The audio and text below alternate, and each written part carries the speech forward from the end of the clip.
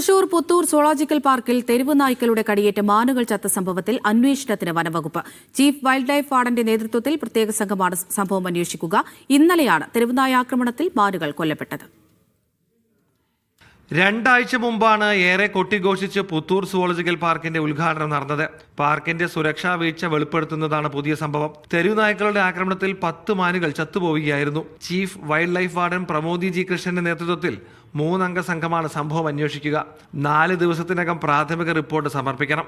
പിന്നെ ഈ മൃഗങ്ങളെ ഈ തെരുവുനായകൾ ആക്രമിച്ചു കഴിഞ്ഞാൽ അതിന്റെ വിഷ്വൽസ് വിടണം. എന്താ കാരണം സുപ്രീം കോടതി അടക്കം തെരുവുനായകൾക്കെതിരെ നടപടി എടുക്കുന്ന ഈ അവസരത്തിൽ ഈ തെരുവുനായകളുടെ ആക്രമണത്തിൽ പറ്റിയ മൃഗങ്ങളെ വിഷ്വൽസ് മാധ്യമങ്ങൾക്ക് കൊടുക്കാൻ തയ്യാറാവണം. എന്നിട്ട് ഇവർ രഹസ്യമായി വെക്കുന്നത്. അപ്പൊ ഇവരുടെ ഭാഗത്തുനിന്ന് ഗുരുതരമായ വീഴ്ചയല്ല ഉണ്ടായിട്ടുള്ളത്. സംഭവത്തിൽ പ്രതിഷേധിച്ച് കോൺഗ്രസ് പാർക്കിന് മുന്നിൽ മാർച്ച് നടത്തി. സുരക്ഷാ ഓഡിറ്റ് പൂർത്തിയാക്കാതെ പാർക്ക് ഉദ്ഘാടനം നടത്തിയെന്നാണ് ആരോപണം. പോസ്റ്റ്മോർട്ടം നടപടികൾ വനംവകുപ്പ് തുടരുകയാണ്. മീഡിയ 1 തൃശൂർ.